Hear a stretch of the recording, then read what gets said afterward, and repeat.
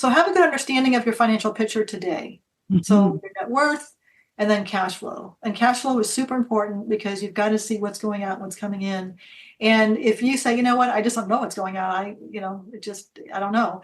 So my recommendation to that is take 3 months, the last 3 months of your bank statements, which shows your debit transactions, and then 3 months of your credit card statements, and go through and highlight different categories. So all utilities, highlight in yellow. All groceries, highlight in pink. All of eating out for dinner, highlight in red, or whatever, so that you can look at this and go, oh, wow, we spent a lot in dining out. Or, wow, there's a lot more in groceries than I realized. Or, we blow a lot of money on fast food, or whatever that case Hmm. is. It kind of gives you a snapshot of, okay, this is where we are, and here's where we can start to cut back. And that cutting back can either go toward paying off credit card debt or building up a emergency account, investing. So just know where you are today, and that's a lot of times where I would start with clients if they haven't done that yet. And as Hmm. simple as it sounds and basic as it sounds, most people don't do it.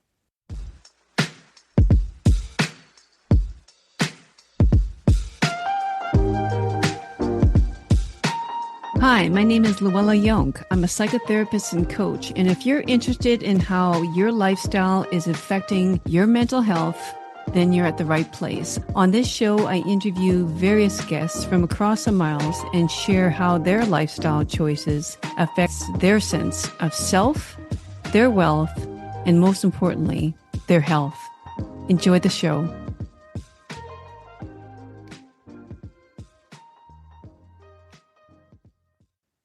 Hello, welcome back to I Think I Can podcast.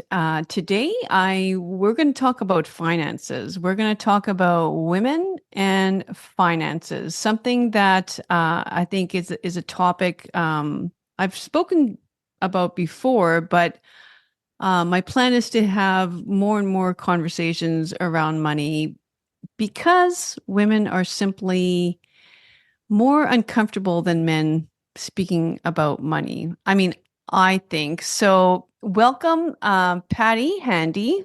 Um, and Patty, I'm going to let you introduce yourself. Thank you, Lowell. I appreciate you having me here. We're going to have a great conversation. So, yes, I'm Patty Handy. I currently am a financial and life coach for women. I was a financial advisor and a mortgage advisor, came from corporate banking many years prior to that. I'm a mom, first and foremost. That's my biggest win and my biggest why in life. And just love the idea of helping women understand and get comfortable with money. I want to make that overwhelming fear go away.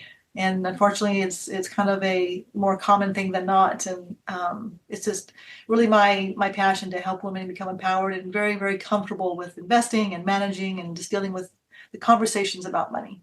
Perfect. Okay, so I have to ask you, did did you retire and then get into this, or did you leave the corporation in order to sort of help women independently like that? Yeah, I actually, when I was with my financial services firm, I spoke to many women who came through, whether it was a phone call or through the door, who were like typically widowed, divorced, single, and just weren't comfortable with managing the money. And Hmm. many conversations kind of circled around the theme of embarrassment, overwhelm, shame, fear. And it was, kind of in those conversations that led me to think I need to do more than just be the advisor and work at a firm level. So I was brainstorming while I was still employed with how and what I wanted to do, and I decided to leave the firm to start my own business. So I haven't retired, but it was really more of just a filling a need and really wanting to serve women in a different way. Right, exactly. I had a woman this morning. I had a client that I was speaking with, and it's sort of like we all realize that life is uncertain. I mean, there's just we anything could happen um at any given moment. However, there are things that we can do to protect ourselves in in all the uncertainty. Like, so for example, I mean, yeah, like, having a Google Doc or something that at least we know, if I did lose my partner, Do I have access to all the accounts? Or, um, yeah, I mean, there's just so many things and that we need to be mindful of and not ignoring because it just seems uncomfortable or scary. There's something so empowering about knowledge, right? I mean, like it's just sort of educating ourselves. So, um, 100%, 100%. And I absolutely tell those ladies that I speak to who are in a very happy marriage and everything is going lovely, but the husband manages the money because he just does for whatever yeah. reason. And I always talk about the importance of having money dates, getting together once a quarter, going through the financials, understanding where everything is, where every password is, how to get onto every account, from checking to savings to investments to retirement account at your partner's firm, all your debts, credit cards, school loans, debt, obviously the mortgage or rent, whatever. But you've got to know exactly where everything is because, like you said, uncertainty is just part of life. And I've had, actually, when I was in the mortgage business, I had a client whose husband passed away unexpectedly. He did everything. She absolutely had no idea where accounts were. She didn't know the passwords. She didn't even know where to begin. And with the help of her CPA, they unpacked and found things. To her benefit, they found an account that she didn't even know they had, with about $600,000 in it, and she didn't really realize she had it, which was a beautiful thing for her. But it could have also been the flip side, where she had all this debt that she didn't realize that they had. So it's super important to know where everything is, even if one of the partners does the managing of the money. You've got to know, what you have. You've got to understand that piece for sure. Yeah. Yeah, I think, okay, I have a couple questions. One is, let's say the first thing we're going to do is sort of like, what are some small changes we can do right away? And the second question is, well, it's not really a question, but it's more of an observation about men and women. So, okay, Patty, people are listening to this podcast. Women are listening to this podcast right now, and they're hearing you, and like so many of us, we're kind of like, yeah, yeah, yeah, yeah, yeah. I should get on that. But let's give them some action steps, right? Like that they can take away today, um, like something that makes it like easy to sort of like maybe it's having just the conversation with your partner tonight. It's sort of like, Yeah, you took the words out of my mouth. I was going to say, over dinner, just sit down and have a conversation. Say, I was listening to this podcast today, and it was about, money and women and how life just becomes uncertain. And although I do absolutely want you to continue managing the money, I have no problem with that.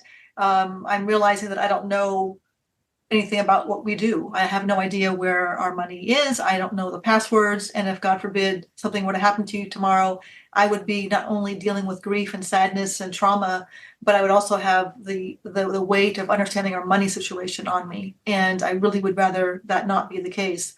And it could be conversely, like in my marriage, I was the money person. My husband didn't know anything. yeah. And so it could be flipped. So whoever is the money manager needs to just be, of course, let's sit down. I don't want you to be in a situation where something happened to me that, oh my gosh, you're not only grieving me, but now you're trying to deal with finances, and I Mhm. don't want you to have to handle that mess. So yes, let's start with putting an Excel spreadsheet, together, listing out all of our assets, the account numbers, the passwords, keeping them very safe somewhere. Understanding, how they're invested. Are they invested correctly? And we can tackle that in another conversation. But let's start with what we Mhm. have, where it is, and then another day, let's maybe set up these money dates where we go out to a nice dinner, have a glass of wine or whatever it is you enjoy, a picnic, whatever, and then we can go a little deeper. Like, okay, what are our goals and plans? When do we want to retire? What kind of retirement do we want? Is it traveling? Is it downsizing? Is it, what does that look like? And then Mhm. are the assets allocated, appropriately, given our age, given our risk tolerance, given our possible needs for that. And a financial advisor can help you with all of that. A financial coach can also help you kind of understand all that. But tackle one thing at a time. Don't look at your entire picture in one sitting, because that's going to be just too overwhelming. But start with listing out on a piece of paper everything you have and where they are. and the password, so you know how to get into the accounts. And if it's, if they're bookmarked, have it on, your computer as well if you have two separate computers. If you have one computer, make sure you know the password to the computer. Yes. Okay. So, as I want to I want to remark on a couple of things. Okay. So as a therapist, I just, I don't know if you know this, Patty, but this is it's so funny because it's happened to me personally and it happens to other female clients that I have. When they bring this up, I find it's hilarious, but it's so common. When they bring this up to their partner, do you have any idea what the first like sentence or question their partner might ask? Why? Why are you why? And then saying, are you leaving me? Oh, It's interesting. They really it's sort of like a fear that they like, why do you want to get like it's just yeah, like that is no, interesting. Well, no. all the more important to understand, like what I just said, lead it with, I want you to continue it. I love what Yeah. you're doing, but God forbid something happened. I don't want to be grieving you and also trying to figure out life at the same time. That's too much weight on me. And I Yeah. would imagine you don't want that for me, either. Mm-hmm. And I'm And all, oh, go ahead. I was gonna say, if you manage some things, like sometimes I see the husband takes care of the investments, but the wife takes care of the daily bill pay. Mm-hmm. So if the situation is, in that kind of predicament, she could say, and I want you to understand what bills I pay and where they, what our bills are and how we pay them, if I pay them online or what they are, so that if something were to happen to me, you wouldn't be caught trying to figure out, our bill paying situation and what debts we owe and where everything, comes from. Because that's a separate role. Investing the assets is one thing, and then just the day to day, paying the bills is another. Totally. One's more like bookkeeping and yeah. Um, and you know, one thing I was also going to say too, if like in terms of helping that conversation out, whether it's the woman going to the man or the man going to the woman, or in heterosexual relationships, it's also I would say encourage your partner to ask questions as well, like because that can be sort of like, they want me to go like, oh, they want me to like look at this Excel spreadsheet or blah, but no, like, I mean, if you tell your partner, I want you to ask me why I'm doing this the way I'm doing it. Or even, I see some partners having one credit card and like barely being comfortable having one credit card and the other one having three or four. And it's because of points or it's because of whatever, and it's sort of like, just like, understanding your partner. It's like, why is it that you feel like you want to have four credit cards, and it's just like, it's not it's not challenging them. It's sort of like I just curious as to why you're doing that. But getting it all out in the open, right? Yeah, open communication is absolutely critical. And that's, even when you have a husband and wife who are whatever, your partners are equally involved with the investing, equally involved with bill paying, there is a conversation about, okay, why do I have one credit card? We have five joint, you have two of your own. Does Mhm. this really make sense? How can we, consolidate? And be careful of that. Side note, if you close too many accounts or close your credit cards, you lose that credit history. And Mm, credit history is 15% of your credit score. So if you close a lot of old accounts with credit history, you're going to see a drop in your score. So you may not necessarily want to close those accounts.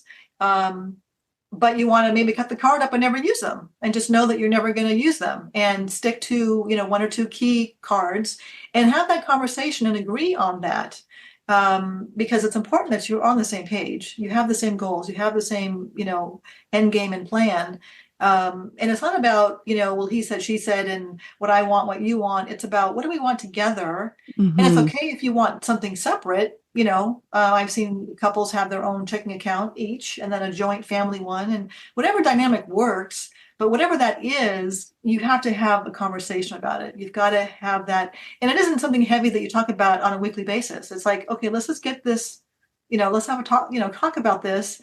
And then, once a quarter, we talk about our investments and make sure that they're doing well, and we have to change something. But it's not this heavy, ugly conversation. It's no different No. than, what do you want for dinner? Yeah. It's just, Yeah. Yeah. we make it complicated.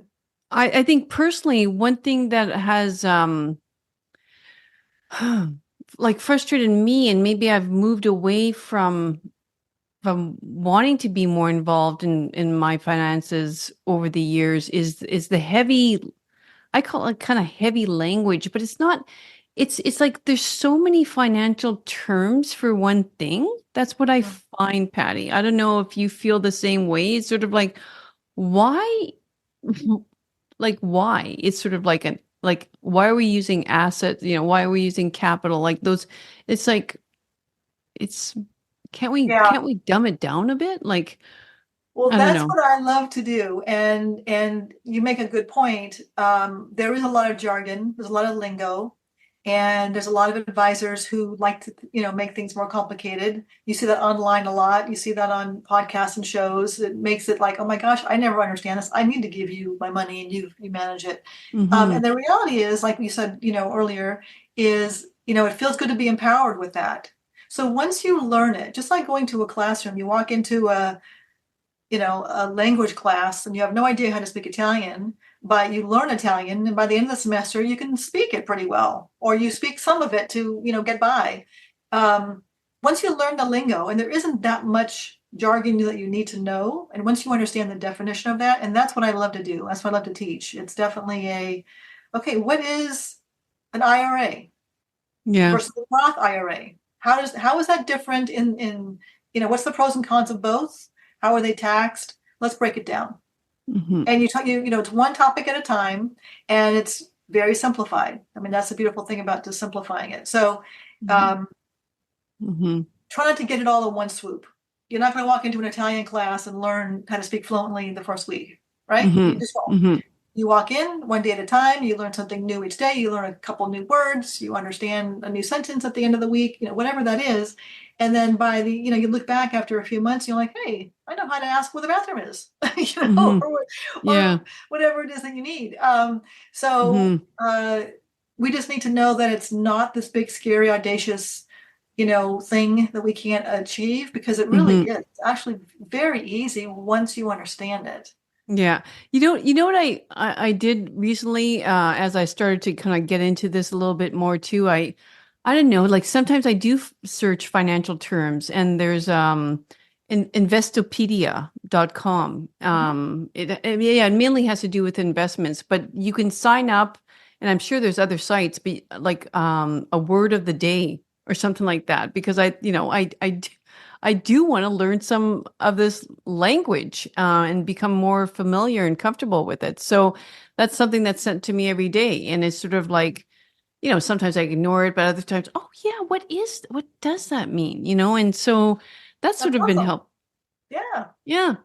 Um, I wanted to ask you, because you use the term financial coach and you use the term like financial advisor. When, how do we know, like who to hire? Like, like what kind of, like, what's the avatar there? Like who is Yeah, like, great, yeah. great, great question. So a financial advisor is a person that actually takes your investments, takes your money, and manages it for you. They do all the rebalancing, they do all the investing, they put it in the portfolio. You meet with them once or twice a year, they review everything with you, they recommend tax strategies. Hopefully, they recommend tax strategies to you. Yeah, that's Uh, optional, right? Like not everybody. Not all advisors do. Yeah. If they're worth their salt, they will talk about, tax conversations, and then you go back to your CPA, and as a team, you decide what's best. Your Hmm. CPA or your financial advisor um, really works with your CPA to make sure that you don't move into different tax brackets, and because that could be costly. But they're the ones who, Sorry, can I ask you, like, sure. when you say they work with your CPA, are you saying that like the two actually talk or no? Yeah, no, we've had Yeah? meetings, like we've had Oh, meetings with clients where the CPA was on the phone or it was a Zoom call and oh, the CPA was there and the financial advisor and the client were there. We were all there together and okay. we would discuss, okay, we're considering doing a $20,000 Roth conversion given their, tax bracket. Are we going to bump them into the next bracket or does Mm, this work if they're business owners? We talk about different strategies. mm, But at the end of the day, the CPA knows the in-depth tax situation of the client where the mm, financial advisor has a high level idea, but not necessarily all the nuances. Uh, right. so it's Hmm, important, yeah, bring in your team. And oftentimes we'll have an estate planning attorney, included to make sure that their estate plan is in place. mm, Um, so yeah, the role of a financial advisor is kind of a quarterback to that person's financial well-being. mm. That's for somebody who has assets, usually a substantial amount of assets, who just doesn't want to deal with it. They understand it or not, but they just want to, have it managed. A financial coach, such as myself, currently, I was an advisor, but as a coach, I currently cannot advise a client to, um, okay, you should do a $20,000 Roth conversion. What I will do is explain to them what a Roth conversion is. Yeah, I was gonna say I have no idea. I've just term I've never heard of before. Okay, yeah, that's just converting a regular IRA to a Roth IRA. And I will explain like the benefits of what a Roth IRA, why you want it to be in a Roth versus a regular IRA. And I'll explain, Wait, I'm wondering, like, okay, I'm Canadian. Many of my listeners are Canadian. Um, that's let's this IRA. I know that's sort of like what we call your retirement fund. It's sort of like, right, yeah, if you don't have a pension, then, um, but the Roth, or is it ROTH? ROTH, a Roth IRA is basically another retirement vehicle, but a Roth grows tax free. And Oh when yeah. you Okay. pull it out, it's tax free. There's no tax. Right. When you invest in a regular IRA, you get the tax benefit today, you get the deduction today, but it grows tax deferred. So when you pull it out, when you retire, when you pull out your money, you are taxed on it at whatever ordinary income rate you are at that moment. Yeah. You don't get a tax benefit today by investing in a Roth IRA. Right. Uh, but it's your all your money is growing tax free, which is a beautiful thing. And there's Yeah. no Got it. RMDs, which is the retired or the required minimum distribution Yeah. um, with the Roth. So back to my example, like I will explain to them the different, what that is and the pros and cons and why they should consider it. But I'll never tell them, oh, you should do a $20,000 IRA. I would say go back to your CPA and say do some calculations and determine what it is, so that because when you do a conversion, um, that conversion amount is now taxable on that tax year. So if I take a regular IRA and I convert it to a Roth, let's say I do a $10,000 conversion, that $10,000 is now ordinary income for that particular year. Well, if Hmm. that $10,000 income pushes you into the next tax bracket, you may not want Hmm. to do that. So your Hmm. CPA will help you determine, oh, no, that's too much. We can't do that. It's going to push you into the next bracket. If you're in Medicare, it might push you into the next Medicare bracket, and you certainly don't want that. So it's really important to work with your CPA very closely with all those. But I am the educator. I will teach. I will walk you through what all this stuff is. And it's not only investing, but a lot of budget conversation, but a lot of getting Hmm. out of debt, a lot of rebuilding Hmm. credit. Um, and none of those things a typical financial advisor will talk about. Their No. role is to invest your money. They're not going to sit down with you and talk about budgeting and getting out of Hmm. debt, some of those things. And I'm also Hmm. a life coach. I'm a certified life coach. So in that conversation, there's a lot of life coaching. I've Hmm. had many conversations with clients where in a meeting we don't talk about finances at all. We talk about it's what something that they're struggling with. Typically, it's work related, and we walk through it, and I help them kind of get to they find the answer, but I help them kind of navigate towards that. So it's part life coach, and again, a financial advisor doesn't generally do that. That's not really under their umbrella. Uh, Hmm. in fact, I'm reading more and more that many financial advisors are hiring life coaches to come into their firm Oh. and work with their clients, which is, Hmm. I think, fantastic, because it's not their best interest to sit and have a conversation for 2 hours about, life when they should be investing your money and doing, their job. Yeah. So Exactly. I hope that helps understand the difference between the two roles. Yeah. It's more, yeah, 100%. Okay.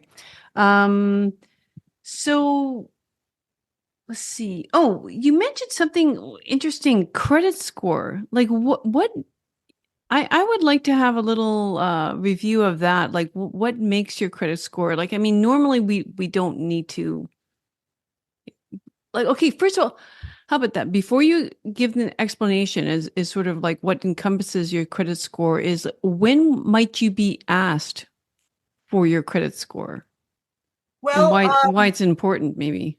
yeah, it's like your report card to the world. Your credit score is very important. Oh boy.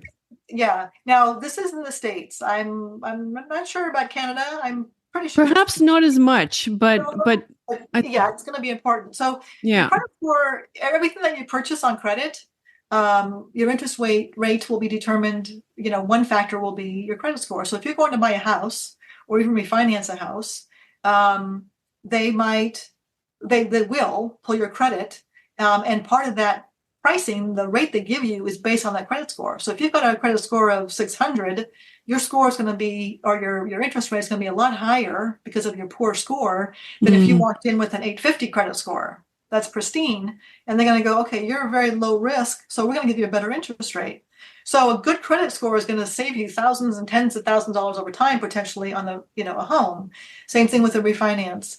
When you go to buy a car, when you get credit cards, they're going to pull your credit. So your rate's mm, going to be a factor. In the States, many employers will pull their credit. Like I've been in the financial world for 4 decades, and almost every employer has pulled my credit because if I have a bad credit score, what good am I to teach someone else about money if I can't manage my own, right? mhm, So they're mm. going to pull my credit, and they have. So insurance companies in the States, again, I'm not sure, what it is in Canada, but in the States, some insurance companies will pull credit. So yeah, having a good credit score is absolutely imperative and Okay. can be very expensive if your score is bad. Yeah. Okay, so are there ranges of poor, medium, good? Like, Yeah. So I actually have a chart, but it's basically 850 is the high and the FICO score. I think 350 is a low. And you really want anything over 720. 720 is something you want to really, gear towards. okay, That's where you're going to get the better interest rates on everything. If okay, you can get up into the eights, that's even better. Shoot for the stars. okay. Shoot for the 850s. And there's 5 factors that go into your credit score. One is payment history, and that is if you pay on time. And if you Hmm. have one mortgage late, I remember when I was in the mortgage business, I had a client come, and he had one mortgage late, and his score dropped 100 points, which was impactful beyond measure because it was like, oh my gosh, we that's a problem. So whatever you do, never be late on your mortgage. You've got to set it up where it's automatically paid or set up something so that that's never late. Um, they so your payment history is your late credit cards, everything that you pay. Then you have your utilization ratio, which basically is the amount of debt you have outstanding divided by the amount of credit you have available to you. So, for example, if I have $1,000 credit card with a credit limit of $1,000, and I go shopping, and now I've used $300 of that, my utilization ratio is 30% divided by 100 or 1,000. So we're at that. We want to stay below 30%. The credit bureaus like below 30. Now they're even actually going down below 20. So if you start to like max out, say $500, now you're at 50%. And then you do $600, now you're at 60%. That's like a warning sign to the credit bureaus that there's something happening in your world that is concerning. So your score starts to drop. So that ratio is really important. The credit history I mentioned earlier is really important, the 15%. Your types of credits. So they like to see a good, healthy mix. They like to see an installment loan, maybe a car payment, a mortgage, and just a couple credit cards. More credit cards is not better credit or more credit. Don't be fooled thinking, oh, I need 10 different credit cards. No, that's actually not good for you, especially if they're like department stores and those buy now, pay later situations. Those are really bad. But a Visa, MasterCard, gas card, it's all you need. You don't need much to really build that. And then the type of credit, they want to see that healthy mix. So have a healthy mix. Don't go out and get a bunch of credit all at one moment. Don't open up a bunch of cars. When you are out shopping for a car, for example, don't have everybody that you go see every car dealership pull your credit. That's not good. But I can say, given that when you go to buy a home and you want to shop lenders, you might have one lender pull the credit, and you go to the second lender and you say, I know my credit score, here's my middle score, price my rate based on this. And of course, if you go with someone else, they'll have to pull the credit themselves. But you don't want to have a lot of people pull your credit. A caveat to that is that the credit bureaus know when you have, 2 or 3 inquiries in a very short period of time, like within 2 weeks from mortgage lenders. They know you're not buying 3 homes. They know you're shopping for rate. So they look at it as one inquiry. Okay. But still, I'm going to say, don't have everyone pull your credit. There's really no reason to. Just know what that, those 3 scores are. There's Experian, Equifax, and TransUnion.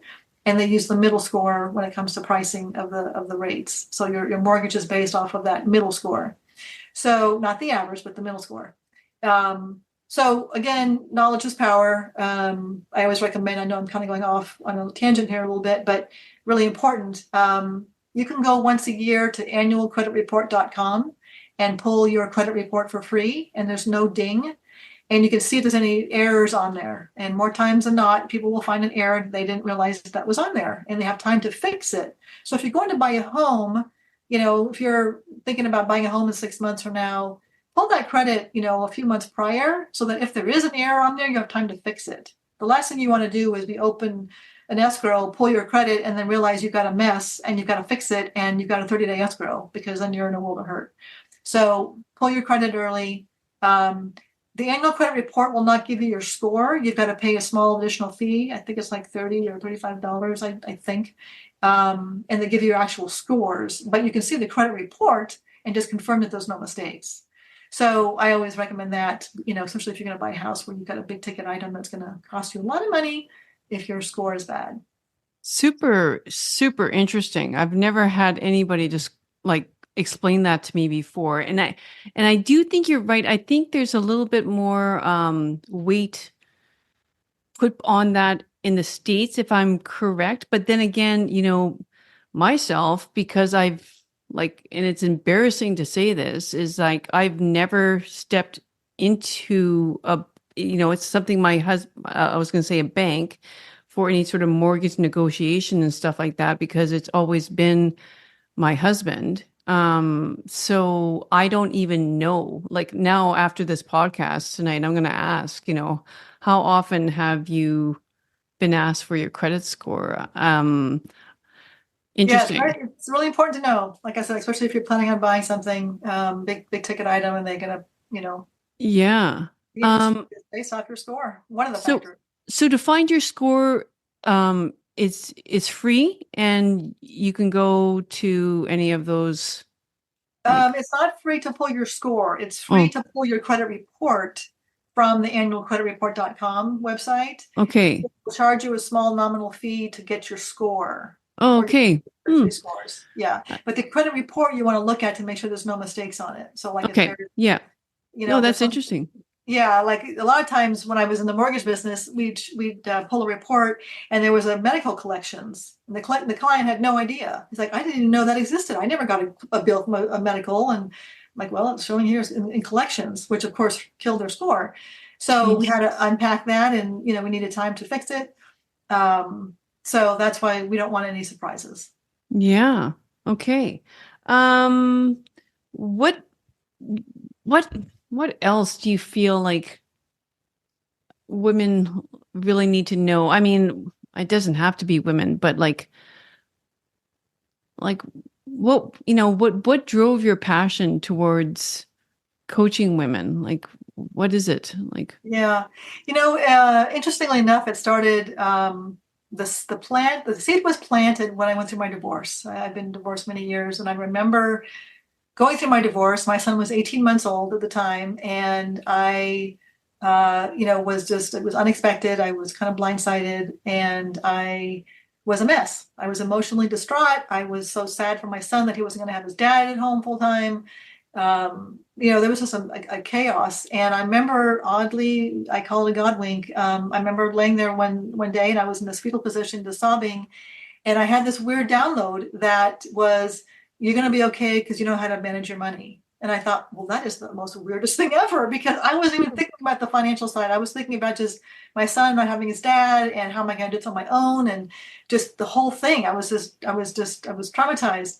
And much later, when I came out of the black cloud and started to, see the light of day, I thought, I'm going to somehow someday take this experience. I'm going to help women, because I know this is a rough, conversation. But I was focused on, earning an income, raising my son, and just really that wasn't the focus. I did some things kind of along the way where I would speak at some women's groups and did a couple just conversations and events and things, but never really went full force. I was working. And it was only after these, more conversations, like I mentioned, working at my firm, where I thought, yeah, now it's time. It's time now to. My son is older. He's now 27. It's it's a whole different world, and I can make that jump, leap of faith, and go out and help this. So I started working with divorced, widowed, and single women. That was kind of my main focus. And then I had women come to me like, well, I'm married, but can you help me? I'm like, of course, yes. Yeah. Yeah. So, Yeah. yeah, it's No, exactly. That's really interesting. Yeah. Like that's how, for many of my guests, your pain becomes your passion. yeah, And at first it's just horrible, but 100%. Yeah. And then work becomes easy because it is your passion. yeah. I mean, it has you know challenges of its own in terms of just running a business and what's involved with that. There's so I many. I Okay. know. Yeah, I mean, of course, Yeah. So it's not, all fairy tales, but the work I do when I work with clients is very rewarding. It's very fulfilling. Hmm. And I know it's very impactful. But the art and science of running a business, and the, social media, and the bookkeeping, and, Hmm. marketing, and yada, yada, yada. That's all consuming. Yeah, very, very much. Okay. I am going to ask you about the books plural that you've written, which is pretty amazing. But I also just want to touch a bit about the money mindset piece. And I mean, you must see it all the time. Like it's like, and myself as a psychotherapist is sort of, oh my gosh, the conditioning that we received in childhood. It's just like it just penetrates all, all our behaviors. It's just like somehow it just always sort of like could be rearing its ugly head. Sometimes it's wonderful conditioning. But could you speak a little bit about that?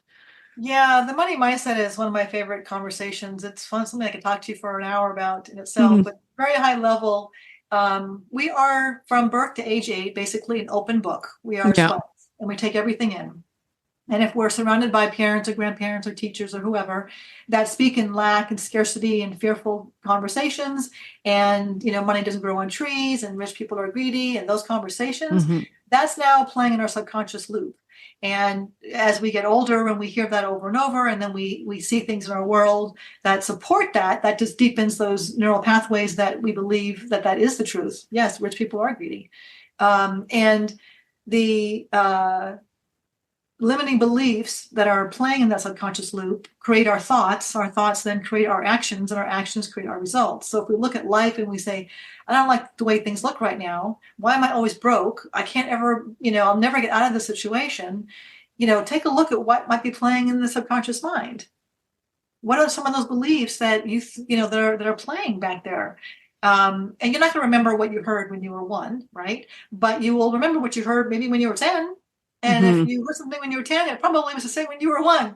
Yeah. So it then becomes, okay, let's find the falsehood in those conversations. Not all rich people are greedy.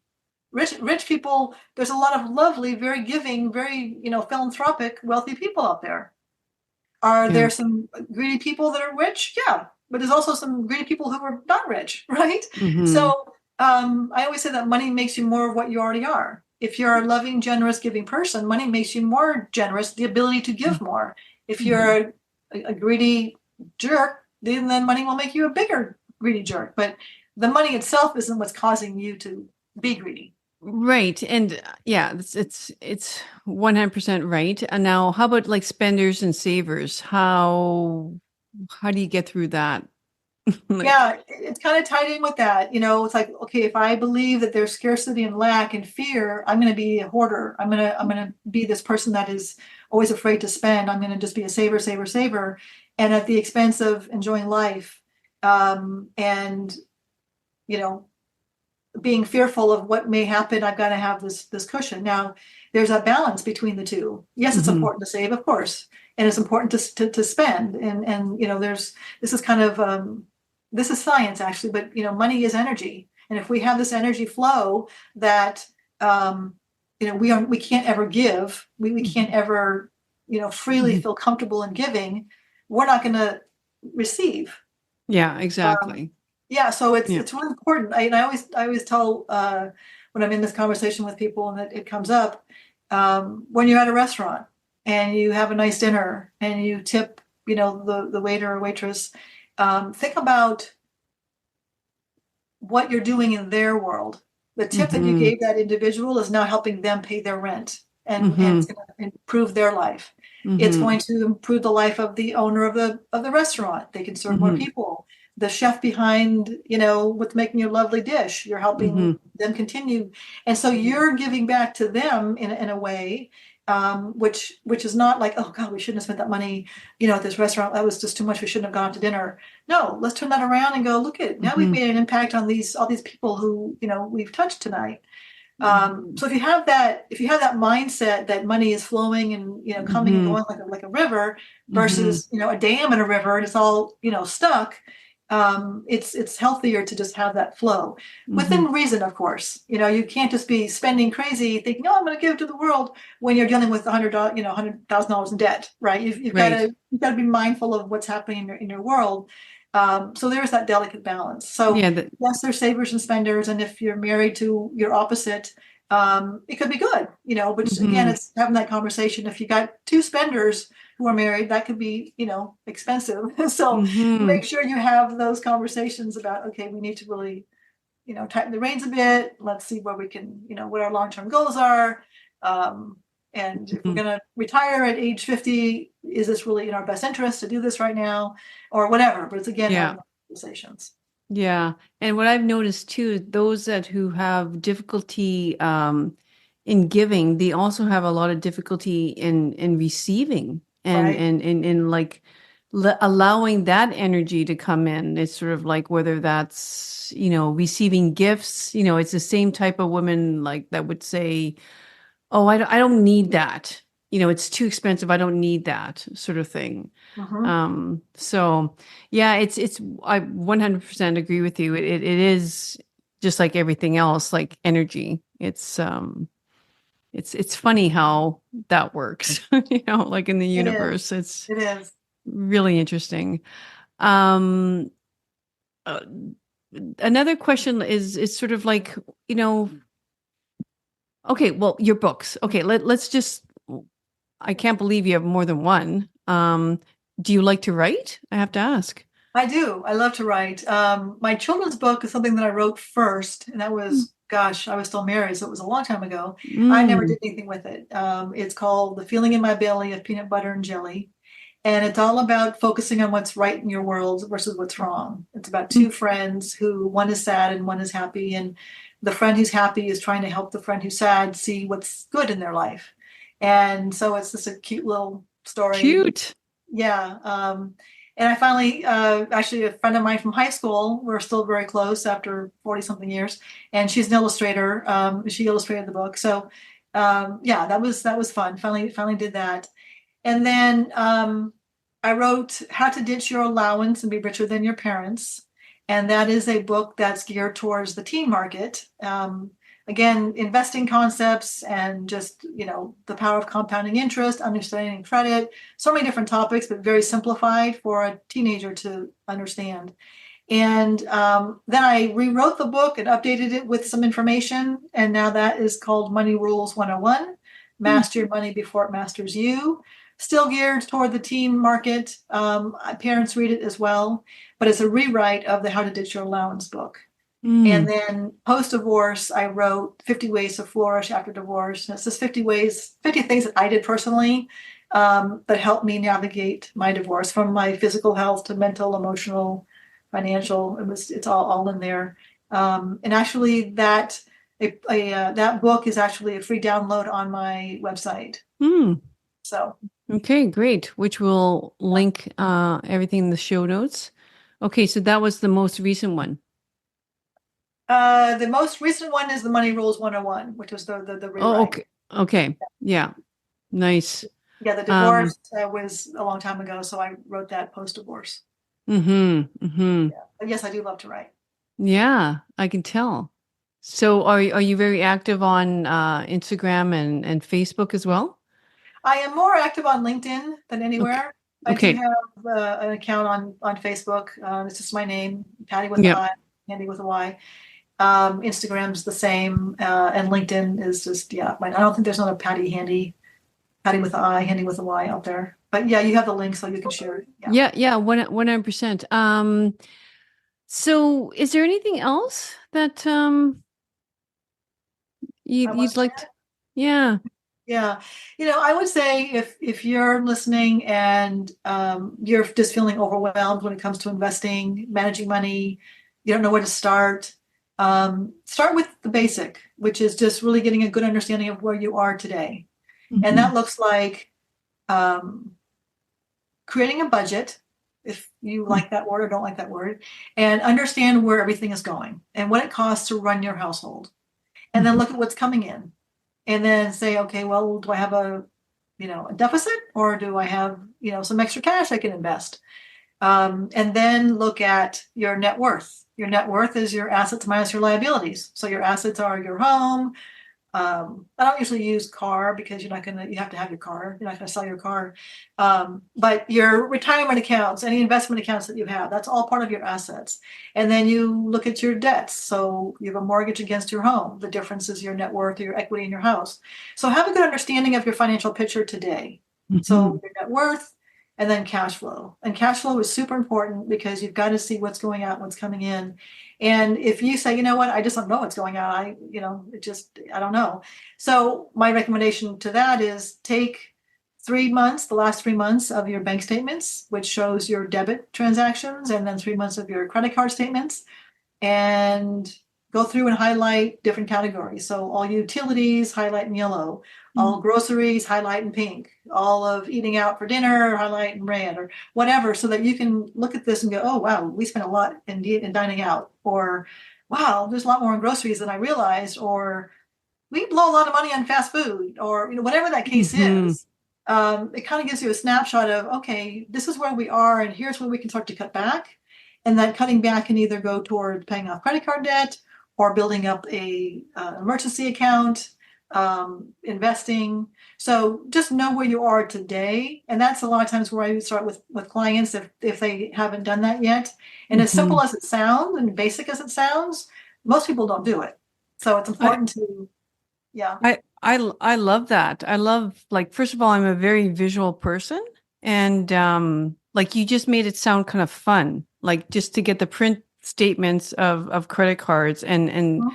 use the highlighting. I love that, because then it's almost like a pie chart in linear form with the colors. Yeah. I think that's a great idea. And would you say, like, to do something like that monthly or quarterly? I usually will do that just at the beginning so they get a snapshot of what's happening, Okay. and then they can start to realize, okay, I've got to cut back on eating Mm-hmm. out, or I've got to cut back on this or that. I'll tell you a funny story. Well, it wasn't so funny. It was a client that I had when I was a financial advisor, and it was a couple, and their son was in a traveling sport. Mm-hmm. So they would be on the road quite a bit. And he would say, and he made quite good money, and he'd say, I don't know where my money's going. I honestly don't know where my money is going. So we did this exercise, and he was spending over $1,000 a month on like fast food, like Wow. the quick trip to the gas station they picked up, and they picked up snacks. They would Yeah. stop at McDonald's on their way. Now, the travel sport, you're on the road a lot, yes, but it was like, oh my goodness, Yeah. Yeah. That's crazy. $1,000 in fast food. It's like, holy moly. Yeah. Yeah. Yeah. And I you know what? I bet you that's not that uncommon either. No, Like, it's not. yeah. Oh, interesting. Yeah. Okay. No, I think that's really good. And then net worth, how like once I guess that's once a year, right? Like it's sort of like how are our, how are assets doing? Or like if you do have certain investments across different asset classes or whatever, um, updating that once a year. Yeah. Yeah. Usually once a year. If the market's been super volatile, you might want to take a look at it, every six Yeah. months or so. There's a thing called rebalancing, and I'm without getting too far into the weeds, but if you decide that you want to invest your portfolio in 80% in the stock market and 20% in like bonds, which are more conservative, Mm-hmm. and the market rallies and it, goes way up, and now suddenly you're 90% in the market and 10% in bonds, you want to rebalance that. So Mm-hmm. you want to either sell stocks or you want to put more money into your account and have more bonds. So you're back to your 80/20 if that's what you want. Mm-hmm. And there's a science to that. That isn't something you just do on a whim. You want Mm-hmm. to work with somebody to help you with that. Typically, a Mm-hmm. financial advisor can help you with that if you're managing it with them. Mm-hmm. But being mindful of your allocation, and that is based on your risk tolerance, age to retirement, Mm-hmm. cash flow needs, and everything else. So, Yeah. Yeah. That's where we see a lot of financial sort of habits or spending habits. It's sort of like what's my risk tolerance? And yeah. So yeah, I mean, just I remember I had one gal who came in, and she was so afraid of the markets. She had about 500,000 sitting in a checking account, and it was earning nothing essentially, oh, and it was sitting there for quite a while, and she was basically losing money to inflation. If inflation's totally. 4 or 5% and she's earning 0.01, she's losing money, but she didn't want Mhm. to put it in the market. So that risk tolerance is super important to have a conversation about, and understanding what's behind that. But I bring that up because the risk tolerance is definitely a factor when you decide how you want to allocate your assets. Yeah, that falls under money mindset. Okay. I'm gonna leave you go, but there's something, and I'm honestly, I just started this, so I sometimes forget it, but the past guest leaves a question for a future guest. So I'm going to throw this question out at you, and it's obviously nothing related to finances. And Okay. your question, you're going to give me a question at the end off the recording, and that'll be for the next client. So Okay. her question is, you can guess what kind of coach she was, but she says, "What's your favorite comfort food?" And tell us the origin of the story. Oh, that's easy. My comfort food is spaghetti. Hmm. And the origin is that when I was little, my mom, there was 5 kids in the family, and my mom was a stay-at-home mom. And when I came home from school and I smelled cooking onions and garlic, and that smell that you just can just, that smell, it's just, Mm-hmm. The and she would best. make homemade spaghetti. And she made it a lot because it fed a big family. Yeah. There were 7 of us, and it was a relatively inexpensive way to feed a big family. But I loved it. I always like walked in the door and I had that smell. And I was just like, oh, we're having spaghetti for dinner. Yay. Yeah, yeah, I know. I'll see and I love that. It's so perfect. Okay, well, everyone else, I'm going to grab Patty's question after we sign off here. But thanks so much, Patty.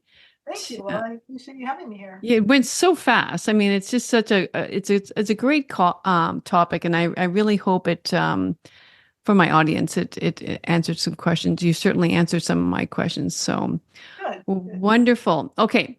Everyone else, have a wonderful week and we'll see you next week. Bye bye. Thanks once again for joining me on another great episode of I Think I Can podcast. If you liked it, please subscribe below so you don't miss out on any future episodes. And until next week, treat each day like it was your last, because each new day is a privilege that we shan't take for granted. Cheers and have a great week. Bye-bye.